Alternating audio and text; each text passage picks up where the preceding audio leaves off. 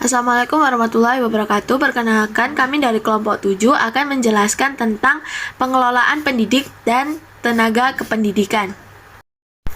Kami akan menjelaskan tentang pengertian, tahap, tujuan, dan manfaat.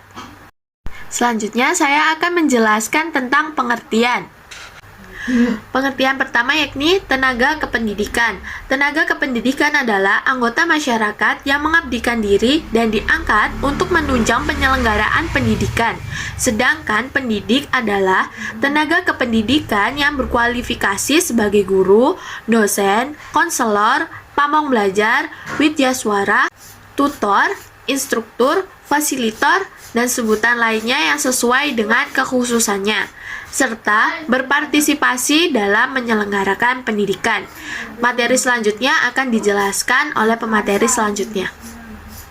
Selanjutnya, tahapan dan pengelolaan tenaga pendidik dan kependidikan. Yang pertama ada perencanaan. Perencanaan manajemen tenaga pendidik dan kependidikan adalah mengembangkan dan strategi dan menyusun tenaga pendidik dan kependidikan sumber daya manusia atau SDM yang komprehensif guna memenuhi kebutuhan organisasi di masa depan. Perencanaan SDM merupakan awal dari pelaksanaan fungsi manajemen SDM. Selanjutnya ada seleksi atau selection didefinisikan sebagai suatu proses pengambilan keputusan di mana individu dipilih untuk mengisi suatu jabatan yang didasarkan pada penilaian terhadap seberapa besar karakteristik individu yang bersangkutan sesuai dengan yang dipersyaratkan oleh jabatan tersebut. Selanjutnya adalah pembinaan dan pengembangan. Pembinaan atau pengembangan tenaga kependidikan merupakan usaha mendayagunakan, memajukan dan meningkatkan produktivitas kerja setiap tenaga kependidikan yang ada di seluruh tingkatan manajemen organisasi dan jenjang pendidikan sekolah. Selanjutnya ada penilaian. Penilaian tenaga kependidikan merupakan usaha yang dilakukan untuk mengetahui seberapa baik performa seseorang tenaga kependidikan dalam melaksanakan tugas pekerjaannya dan seberapa besar potensinya untuk berkembang.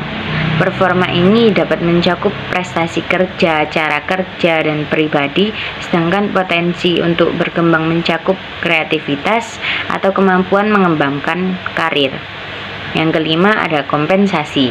Kompensasi merujuk pada semua bentuk upah atau imbalan yang berlaku pada suatu pekerjaan. Secara umum, kompensasi ini memiliki dua komponen, yaitu komponen langsung berupa upah, gaji atau bonus. Yang kedua adalah kompensasi tidak langsung, misalnya berupa asuransi kesehatan, fasilitas untuk rekreasi dan sebagainya. Yang selanjutnya adalah pemberhentian.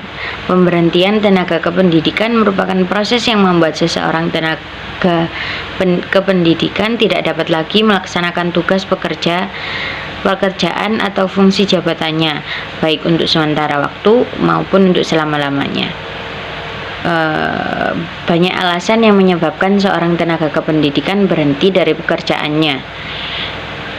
Alasan pertama yaitu karena permintaan sendiri untuk berhenti, yang kedua karena mencapai batas usia pensiun, yang ketiga karena adanya penyederhanaan organisasi, yang keempat karena yang bersangkutan melakukan penyelewengan atau tindakan pidana, yang kelima karena yang bersangkutan tidak cukup cakap jasmani atau rohani seperti cacat. Yang keenam adalah karena meninggalkan tugas dalam jangka waktu tertentu sebagai pelanggaran atas ketentuan yang berlaku. Yang ketujuh karena meninggal dunia atau karena hilang sebagaimana dinyatakan oleh pejabat yang berwenang.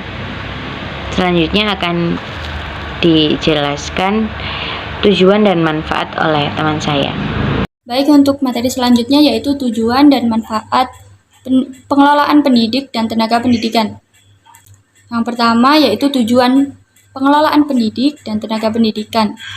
Ada beberapa tujuan. Yang pertama yaitu memungkinkan lembaga pendidikan mendapatkan pendidik dan tenaga pendidikan yang handal dan profesional. Yang kedua yaitu meningkatkan dan memperbaiki kapasitas yang dimiliki oleh pendidik dan juga tenaga pendidikan. Yang ketiga, mengembangkan sistem kerja dengan kinerja yang tinggi. Yang keempat yaitu menciptakan iklim kerja yang harmonis.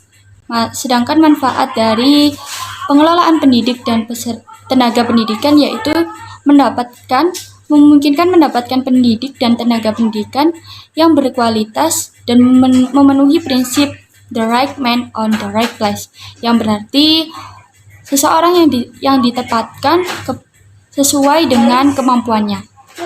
Mungkin cukup sekian presentasi dari kelompok kami.